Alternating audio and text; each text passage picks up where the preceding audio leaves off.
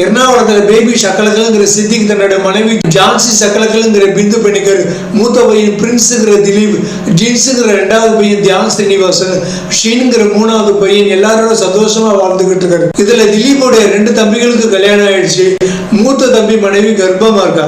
இவங்க எல்லாரையும் தன்னோட fashion designing plus boutique shop வருமானத்தை வச்சுதான் காப்பாத்திக்கிட்டு இருக்காரு திலீப். ஆனா இவருக்குன்னு கல்யாணம் ஆகல. மேட்ரிமோனியில வர பொண்ணு எல்லாரும் ஏதாவது குறை சொல்லி நிராகரிச்சுக்கிட்டே இருக்காரு. அப்ப இவருடைய கடைக்கு எதிர்த்தாப்புல இருக்கிற பேங்க்ல புதுசா வேலைக்கு வர்ற அண்ணாங்கிற ஒரு பொண்ணை இவருக்கு ரொம்ப பிடிச்சு போகுது. அண்ணாவுக்கு அவங்க அம்மாவுக்கு வீடு சாதனங்கள் உட்பட ஏகப்பட்ட வசதிகள் செய்து கொடுக்குறாரு திலீப். அப்ப திலீப்போட தோழியான சஃபியாங்கிற மஞ்சு பிள்ளையோ, திலீப்புடைய கடையில வேலை பார்க்குற கேங்கிற ஜானி ஆண்டனி அட்வைஸ் படி அண்ணாவோட ரொம்ப நெருங்கி பழக ஆரம்பிக்கிறாங்க. அண்ணாவும் திலீப்போட ரொம்ப நெருங்கி பழகுறாங்க.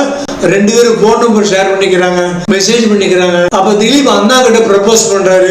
அண்ணாவும் சம்மதிச்சு ஒரு ரெஸ்டாரண்ட்ல மீட்டிங் ஏற்பாடு பண்றாங்க. பட் அண்ணா தனக்கு ஜோடியா திலீப்பை செலக்ட் பண்ணல, தன்னுடைய அம்மாவுக்காக தான் செலக்ட் பண்ணிருக்காங்கன்னு அப்பதான் திலீப்புக்கு தெரியுது.